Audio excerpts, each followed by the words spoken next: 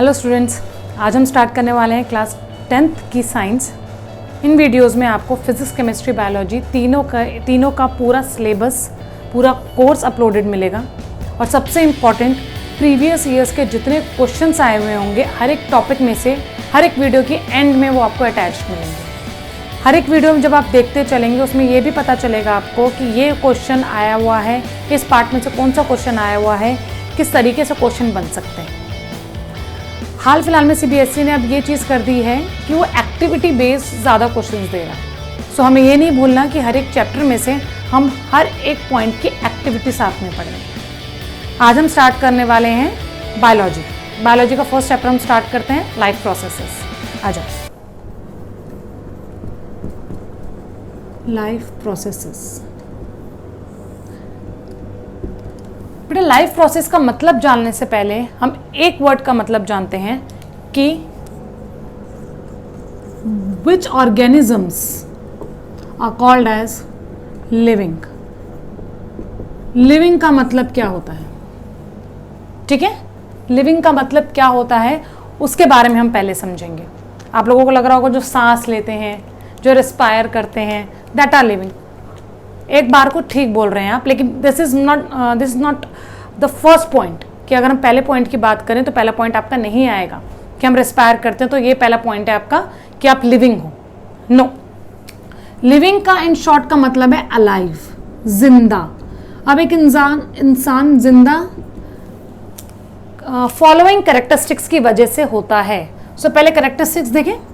So what will be the characteristics of a particular organism, ताकि हम उसको क्या बोल सकते हैं कि वो लिविंग है। इसमें जो सबसे पहला पॉइंट आता है, हर एक पॉइंट को अच्छे से डिस्कस करेंगे। जो सबसे पहला पॉइंट आएगा कि वो ऑर्गेनिज्म आपका मूवेबल होना चाहिए, मूव कर रहा है, लोकोमोटरी हो रही है उसके अंदर, ठीक है। तो it is capable of locomotion. अच्छा, यहां पर एक पॉइंट डिस्कस करना है बच्चों मुझे आपसे।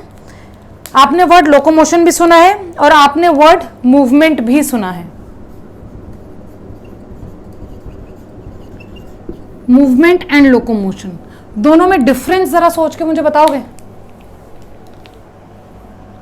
लोकोमोशन मीन्स कि कोई भी चीज जो एक पॉइंट से बी पॉइंट पे जा रही है, कोई भी एक चीज जो एक पॉइंट से आपकी बी पॉइंट तक जा रही है, that is locomotion. And movement होता है आपका मेन पोजीशन पे ही मूव करना।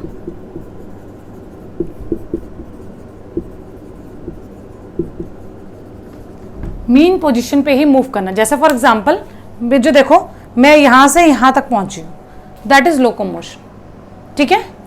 And this is movement, this is movement, ठीक है। ये मूवमेंट हो गया। तो ये सारे आपके मूवमेंट और लोकोमोशन के डिफरेंसेस हैं। So coming back to the characteristics, कोई भी ऑर्गेनिज्म लोकोमोशन दिखा रहा है या मूवमेंट दिखा रहा है, कोई भी ऑर्गेनिज्म जो लोकोमोशन या मूवमेंट दिखा रहा है, उसको हम किसके अंडर डालेंगे, लिविंग के अंदर। बात करें इसके बारे में और आ जाओ। अब हम बात करते हैं एनिमल्स के केस में। एनिमल्स कह लो, हाँ एनिमल्स ही कह लो, ठीक है। इसमें सबसे इंपॉर्टेंट क्राइटेरिया यही है और सबसे इंपॉर्टेंट फीचर यही है कि animals are the only, not only, but they are categorized as living because of locomotion। इनमें सबसे इंपॉर्टेंट क्राइटेरिया क्या है कि इनको हम लिविंग बोलते हैं, इस वजह से बोलते हैं क्योंकि वो लोकोमोशन के कैपेबल है, ठीक है। अब दूसरे ऑर्गेनिजम्स की बात करते हैं। मैम, प्लांट्स लिविंग होंगे, नॉन लिविंग होंगे, because they can't move from one position to another position, right. कि प्लांट्स एक ही जगह तो रहते हैं, ये तो हमने पढ़ा हुआ है कि प्लांट्स एक ही जगह रहेंगे, वो इधर से उधर मूव नहीं कर सकते, तो वो नॉन लिविंग होंगे। No guys, plants are living. Plants are living because उनमें क्या होती है, मूवमेंट होती है, ठीक है। वो अपनी स्टेम मूव कर सकते हैं, लीव्स मूव कर सकते हैं, ठीक है, रूट्स इवन मूव कर सकते हैं। ये किस तरीके से मूव करते हैं उनको हम ट्रॉपिज्म कहते हैं, ट्रॉपिज्म एंड नेस्टीज मूवमेंट। ये टॉपिक हम सेकंड चैप्टर में बहुत अच्छे से पढ़ेंगे, पर अभी आप ये समझो कि प्लांट्स आपके मूवमेंट के कैपेबल हैं। वो क्या मूव करते हैं आपके? लीव्स, स्टेम, रूट्स, ठीक है, फ्लावर, ठीक है, ये सब आपकी मूव कर पाते हैं। Hence plants are also categorised as a living organism. Clear? चलो आगे बढ़ते हैं। दूसरा कैरेक्टरिस्टिक्स के बारे में, दूसरा कैरेक्टरिस्टिक पॉइंट के बारे में हम अच्छे से पढ़ेंगे। लिविंग ऑर्गेनिज्म, अब आपके वो सारे बेसिक पॉइंट्स आ जाएंगे। जो इंपॉर्टेंट पॉइंट था वो यही था समझाने वाला, ठीक है। नेक्स्ट पॉइंट आ जाएगा, they need air, water and food for survival.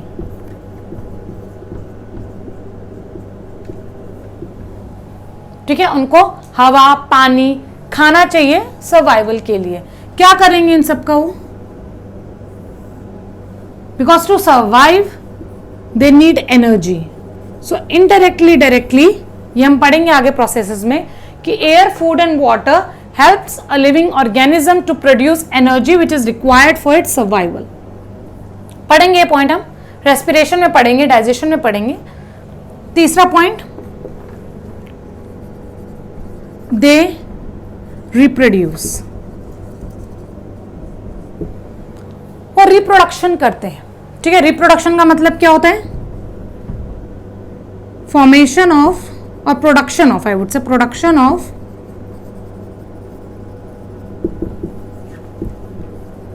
New individuals of its own kind. Clear? वो रिप्रोड्यूस करते हैं। Locomotion is the first point. Second, they need air, water, food for survival. They can reproduce. Clear रहते हैं तीनों points? ठीक है, तो इन basis पे हमने क्या बेसिकली डिवाइड किया कि जिसमें भी जो ये पॉइंट्स होंगे they are categorise as living organism.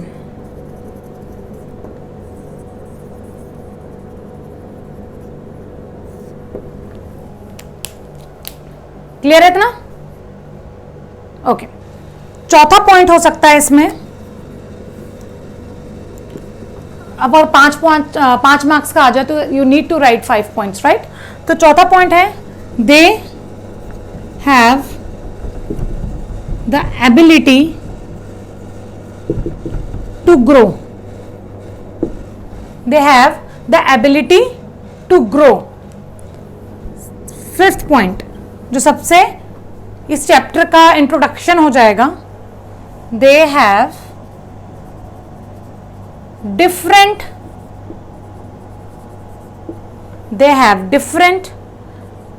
systems in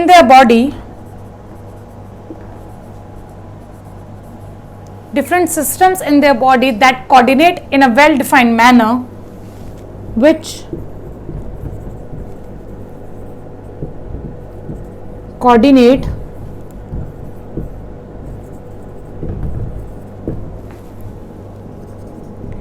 in a well defined manner। ठीक है, आपके बहुत सारे सिस्टम्स हैं उस बॉडी में, बहुत सारे सिस्टम्स होंगे जो अल्टीमेटली क्या कर रहे हैं, एक वेल डिफाइंड प्रोसेस में काम कर रहे हैं ताकि आपकी बॉडी अच्छे से ये चारों पॉइंट्स कर पाए। क्लियर? तो दोबारा ये पॉइंट समझते हैं, they have different systems in their body which coordinate in a well defined manner ताकि वो ये चारों प्रोसेसेस ढंग से कर सके। क्लियर है इतना? कोई डाउट? सो हमने यहां पर अभी क्या पढ़ा है कि एनिमल्स भी एज वेल एज प्लांट्स भी एज वेल एज बैक्टीरिया भी, प्रोकैरियोटिक हो, यूकैरियोटिक हो, ठीक है, यूनिसेलुलर हो, मल्टी सेलुलर हो, कोई भी ऑर्गेनिज्म हो, ठीक है, इसके बेसिस पे हम उसको क्या बोल सकते हैं, वो लिविंग है या नॉन लिविंग है।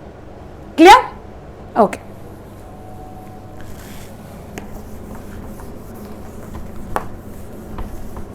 ये लिविंग के जो करेक्टरिस्टिक्स है ना बेटा, ये अच्छे से एक बार पढ़ लेना बिकॉज इंपॉर्टेंट है, आ जाते हैं. What do you mean by a living organism, what are the various characteristics that you can say a particular organism is a living. So ये चारों पॉइंट्स, ये पांचों पॉइंट्स आपको याद रखने जरूरी है. क्लियर? आ जाओ, अब आते हैं लाइफ प्रोसेस के बारे में. जो मैंने 5th पॉइंट लिखवाया था वही आपका लाइफ प्रोसेस है. लाइफ प्रोसेस का मतलब क्या है? All the different systems in an individual body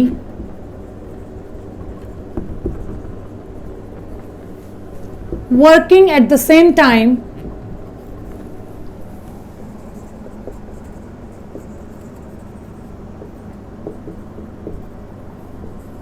for survival. For survival. अब इसको समझो इस डेफिनेशन को. वेरियस सिस्टम्स कौन से होंगे आपकी बॉडी के? मैंने अभी खाना खाया है तो डाइजेशन चल रहा होगा, ठीक है. मैं अभी पढ़ा रही हूँ, सोच रही हूँ, मेरा नर्वस सिस्टम काम कर रहा होगा, ब्रेन काम कर रहा है. मैं अभी हाथ को मूव कर रही हूँ, मेरा लोकोमोशन मूवमेंट की बॉडी काम कर रही है. मैं सांस ले रही हूँ, रेस्पिरेशन, ठीक है, मैं रिस्पायर कर रही हूँ, तो ये एक सिस्टम हो गया. अभी मैंने पानी पिया होगा, ठीक है, तो एक्सक्रीटरी सिस्टम भी मेरा साथ में काम कर रहा होगा. So these are the different processes that is taking place right now in my body. ठीक है. अब ऐसा तो है नहीं कि अगर मेरा हाथ मूव कर रहा है तो मैं बोल नहीं पा रही हूँ, या मेरा हाथ मूव कर रहा है तो मेरा डाइजेशन रुक गया है, या डाइजेशन हो रहा है तो रेस्पिरेशन रुक गया है. सारे प्रोसेसेस अपना अपना काम कर रहे हैं without interfering with each other. इधर वो सब क्या कर रहे हैं? आपस में एक दूसरे को हेल्प करते हैं. कैसे हेल्प करेंगे हम पढ़ेंगे आगे, ठीक है. उसका अभी एक छोटा सा एग्जाम्पल भी बताती हूँ अभी आपको मैं, ठीक है. सो इनडायरेक्टली मैंने क्या बोला है कि मेरी बॉडी में जो भी सारे सिस्टम्स काम कर रहे हैं अलग अलग चीज़ों को करने के लिए, वो आपस में इंटरकनेक्टेड तो हैं लेकिन इंटरफेयर नहीं कर रहे. कि अगर डाइजेशन हो रहा है तो रेस्पिरेशन नहीं होगा, और रेस्पिरेशन हो रहा है तो लोकोमोशन नहीं होगा, या एक्सक्रीशन नहीं होगा. क्लियर? तो लाइफ प्रोसेसेस यही सारे सिस्टम्स को एक साथ जब मैं रखूंगी और एक बॉडी के अंदर डाल दूंगी, तो वो पूरा मेरे क्या बताते हैं? Life processes. तो इस चैप्टर में हम यही सारे लाइफ प्रोसेसेस पढ़ने वाले हैं. क्लियर? तो अब देखते हैं कौन से सिस्टम्स हैं. पहले आ जाओ. सबसे पहला है आपका nutrition and digestion. Nutrition and digestion. Next, respiration. Third, circulation. Fourth, excretion. Fifth, control and coordination.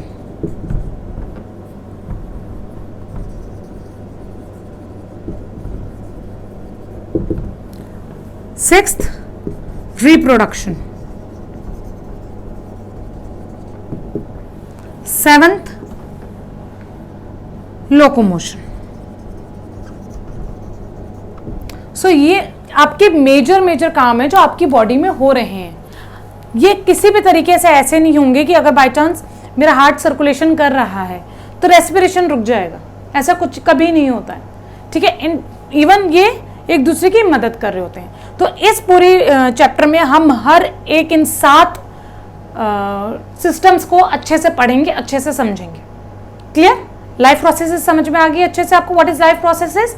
Life process में ये सारे सिस्टम्स आपकी एक लाइफ को सस्टेन करने के लिए किए जाते हैं. डन? इतना क्लियर है? ओके.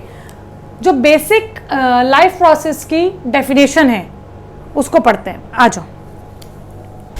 जो डेफिनेशन है आपकी लाइफ प्रोसेस की वो है the basic functions performed by a body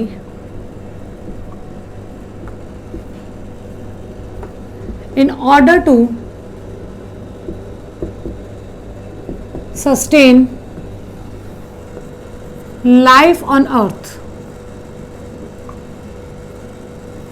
in order to sustain life on earth is called as life processes. अभी याद कर लो ये डेफिनेशन. बेसिक फंक्शंस के बारे में हमने बात करी थी, सारे आपके सिस्टम्स यहां आ गए. बेसिक फंक्शंस, ठीक है, रेस्पिरेशन, डाइजेशन, एक्सक्रीशन, सिक्रीशन, ये सारी चीजें. Basic functions performed by the body. किस लिए परफॉर्म करेंगे? To sustain life. 3 basic keywords हैं जो आप लोगों को याद रखने हैं. सबसे पहले हो गया बेसिक फंक्शंस. ये बेसिक फंक्शंस कौन परफॉर्म करेगा? बॉडी परफॉर्म करेगी, ताकि क्या होगा, आपकी लाइफ बनी रहेगी. क्लियर है लाइफ प्रोसेस के बारे में? ओके. अब हम स्टार्ट करते हैं अपनी पहली चीज, दैट इज न्यूट्रिशन. न्यूट्रिशन की सबसे पहले डेफिनेशन पढ़ लेते हैं. Nutrition is the process by which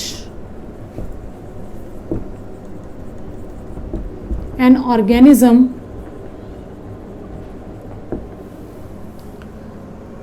intakes nutrients from the surrounding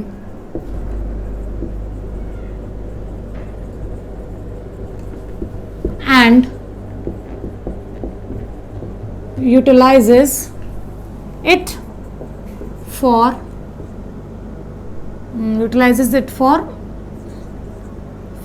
product for formation of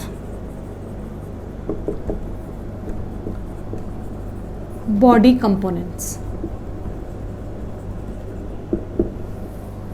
ठीक है. So nutrition is a process by which an organism intake nutrients from the surroundings and utilizes it for the formation of body components. ठीक है. अब important क्या इसमें है कि nutrition word का मतलब ही हमने क्या समझा है कि कहाँ से आया है? न्यूट्रिएंट्स. ठीक है. न्यूट्रिशन वर्ड कहाँ से आया है आपका? न्यूट्रिएंट से. तो पहले न्यूट्रिएंट के बारे में पढ़ें. सबसे पहले nutrient is an organic substance. Nutrient is an organic substance taken up by an organism from the surrounding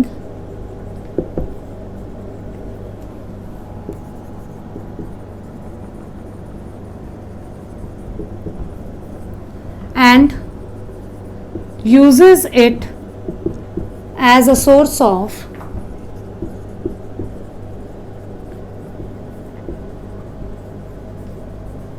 energy. चलो अब इन दोनों वर्ड्स को बहुत अच्छे से समझते हैं. न्यूट्रिशन का मतलब क्या है? न्यूट्रिशन सिंपली मीन्स एक ऐसा substance that is called as a nutrient which you take from the surroundings. आप खाते हो उसे और अल्टीमेटली वो आपकी बॉडी को बिल्डअप करने में हेल्प करता है. क्लियर? और न्यूट्रिएंट के बारे में हमने क्या बोला है कि वो सब्सटेंस जो एक ऑर्गेनिज्म लेता है बाहर से, खाता है. ठीक है. अल्टीमेटली उस सब्सटेंस को हम यूज़ कर रहे हैं बॉडी में एनर्जी बनाने के लिए. फिलहाल मैं आपको पढ़ा रही हूँ, इसको पढ़ाने के लिए मुझे एनर्जी चाहिए. ठीक है. इवन मुझे इस हाथ को मूव करने के लिए एक एनर्जी की ज़रूरत पड़ेगी. ठीक है. वो एनर्जी आपको कहाँ से मिल रही है? जो आप खाना खा रहे हो, और उस खाने को ही हमने क्या बोला है यहाँ पर? न्यूट्रिएंट. ठीक है. आपको ये पता है कि जब आप खाना खाते हो तब आपको एनर्जी मिलती है. इतना क्लियर है? तो वो एनर्जी आपको कहाँ से मिल रही है? इस न्यूट्रिएंट से. सो न्यूट्रिएंट को अगर मैं बोलूं, it is your food that you take. जो आप खाना खाते हो वही आपका न्यूट्रिएंट हो गया. अब न्यूट्रिएंट में ऐसी कौन सी चीज़ें हैं, इस फूड में ऐसी कौन सी चीज़ें हैं जो आपको हेल्प करती हैं टू फॉर्म एनर्जी, और वो आपकी बॉडी के बिल्डअप के लिए भी इंपॉर्टेंट है. सो फूड में 3 चीज़ें होती हैं बेसिकली बच्चों. पहली चीज़ होती है कार्बोहाइड्रेट्स. कार्ब्स सुना होगा, मोटापा जिससे आजकल हो रहा है, कार्ब्स नहीं खाने. देन प्रोटीन एंड लास्ट में फैट्स. अरे बाप रे, मोटे हो जाएंगे. Fats. Clear?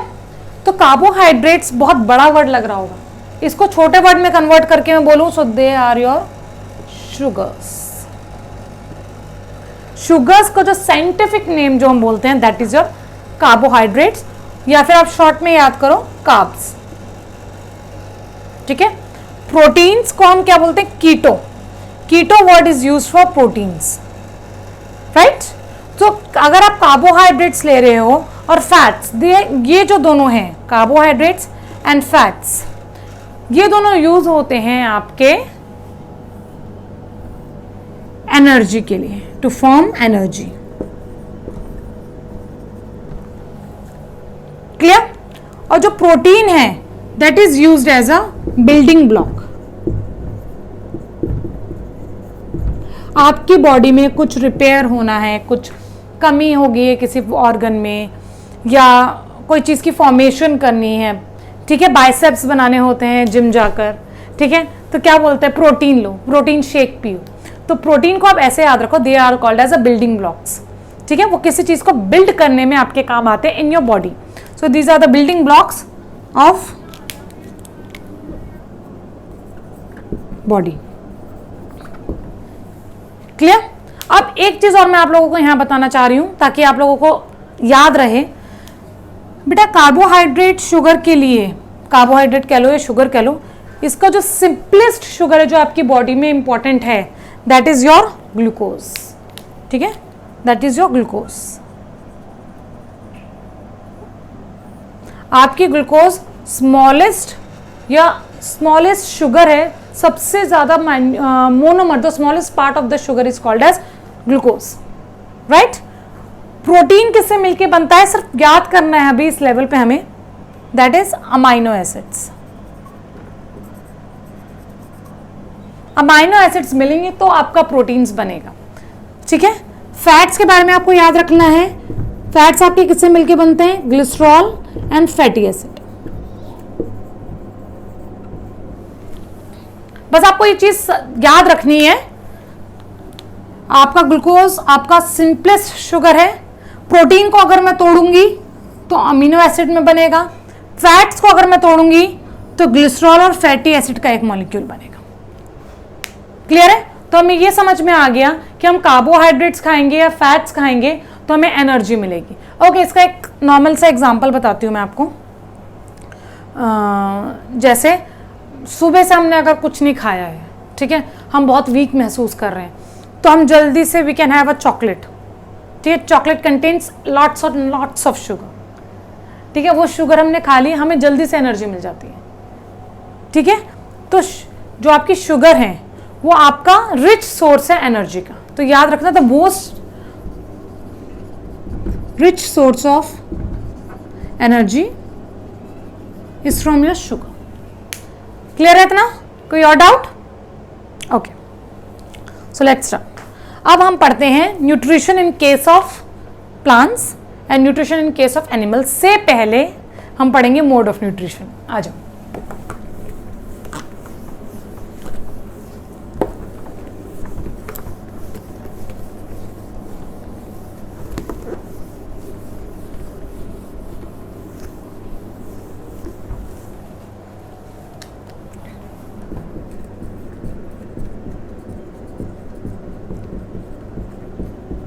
Modes of nutrition का क्या मतलब है बेटा? न्यूट्रिशन हमने समझ लिया, न्यूट्रिएंट्स को इनटेक करना, ठीक है, एनर्जी बनाना। तो हम न्यूट्रिएंट्स को कैसे इनटेक कर रहे हैं, कैसे हम एनर्जी बना रहे हैं, उसके बेसिस पे आपका मोड ऑफ न्यूट्रिशन है, ठीक है। कैसे हम अपने फूड को बना रहे हैं या फिर कहीं से ले रहे हैं, ठीक है। तो इन बोथ द केसेस हम बोलेंगे कि मोड ऑफ न्यूट्रिशन इसके बेसिस पे डिपेंड करता है। So let's start. दो टाइप के मोड्स ऑफ न्यूट्रिशन होते हैं,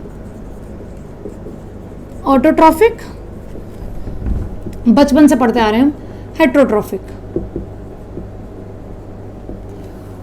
autotrophic and heterotrophic. Auto means, हमेशा याद रखो, सेल्फ।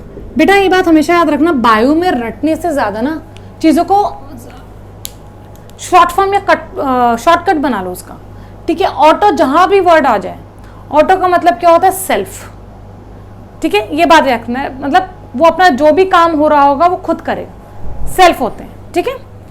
तो ऑटो का मीन सेल्फ, ट्रॉपिक का मतलब nutrient. So these will be दो, यहां पर वो ऑर्गेनिजम्स आएंगे आपके, दोज ऑर्गेनिजम्स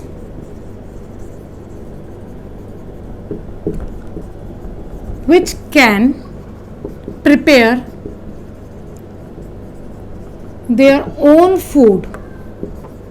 वो अपने न्यूट्रिएंट्स खुद बनाते हैं, सेल्फ मेकिंग है, वो अपने न्यूट्रिएंट्स खुद बनाते हैं, उनको कहते हैं autotrophic.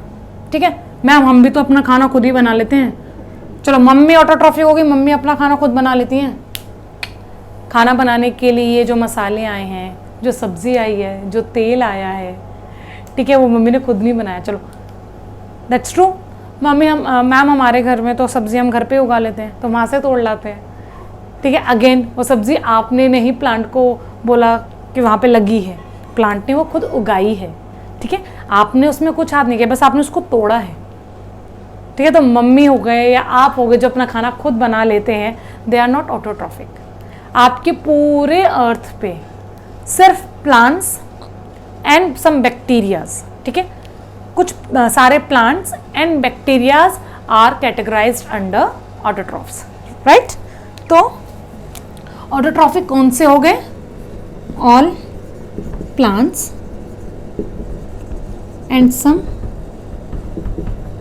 Bacterias are called are categorized under autotrophic. Right, because वो खुद बना रहे हैं और आपको भी दे रहे हैं.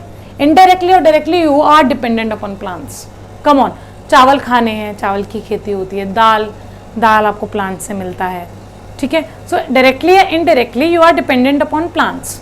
ठीक है, तो वो खाना अपने लिए भी बना रहे हैं, ऑटोट्रॉफ्स हैं, खुद के लिए भी बना रहे हैं और आपके लिए भी बना रहे हैं. So they are the givers as well. तो इसको हम बोलेंगे they are primary producers. Produce जो कर रहे हैं तो सिर्फ वो कौन होंगे? आपके प्लांट्स और जो bacterias that are capable of making their own food. Clear है? अब ऑब्वियसली मैम कुछ चीज बन रही है, उसके लिए हमें रॉ मटेरियल भी चाहिए. राइट, कोई भी चीज हम बना रहे हैं उसके लिए हमें रॉ मटेरियल भी चाहिए. तो यहाँ का रॉ मटेरियल कहाँ से आएगा? ठीक है, तो डिपेंडिंग अपॉन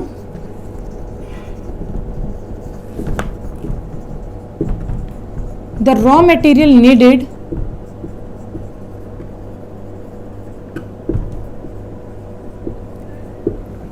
ऑटोट्रॉफ्स 2 टाइप्स के होते हैं. राइट, अभी सिर्फ ये देख लो, आगे हम इसके बारे में पढ़ने वाले हैं. ठीक है, so depending upon the raw material कि किससे वो क्या चीज़ों से वो अपना खाना बनाएंगे. ठीक है, तो उसके बेसिस पे आपका जो ऑटोट्रॉफिक है वो फर्दर 2 पार्ट्स में डिवाइडेड है. First photo autotrophs, right, next chemo autotrophs. Photo autotrophs and chemo autotrophs.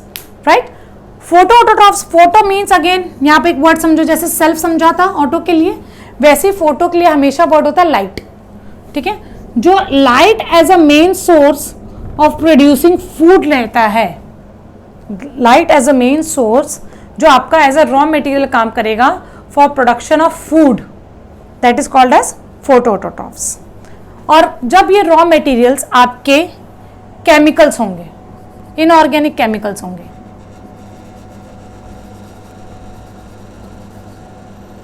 जब आपके यही आपका रॉ मटेरियल इनऑर्गेनिक केमिकल्स होंगे, उसको हम कहेंगे कीमो ऑटोट्रॉफ्स. क्लियर है बच्चों? ऑटोट्रॉफ्स में अभी हम पूरे प्लांट्स की न्यूट्रिशन पढ़ेंगे, लेकिन फिलहाल इस पे आ जाओ हेटरोट्रॉफ्स पे. ये मोड ऑफ न्यूट्रिशन खत्म करते हैं पहले. चलो, hetero means dependent, so they are dependent on others for food. यहां हम लोग आ जाते हैं, यहां पर मैं, आप, हर कोई यहां पर कैटेगराइज्ड रहे. ठीक है, अब ये फर्दर आपके 3 टाइप के होते हैं. First parasitic, saprophytic and holozoic. Parasitic, saprophytic and holozoic. Right, so these are the different types of methods by which different organisms obtained food from others. ठीक है, so ये अलग अलग तरीके होंगे आपके अलग अलग ऑर्गेनिज्म से जिससे वो फूड अपना ऑब्टेन करेगा। ये भी हम हर एक चीज़ पढ़ेंगे, लेकिन अब यहाँ आ जाओ वापस। अब एक एक करके बढ़े। अब सबसे पहले पढ़ेंगे अपना प्लांट्स के बारे में कि प्लांट्स कैसे अपना खाना बनाता है, what is the main process और उसको हम क्या बोलते हैं।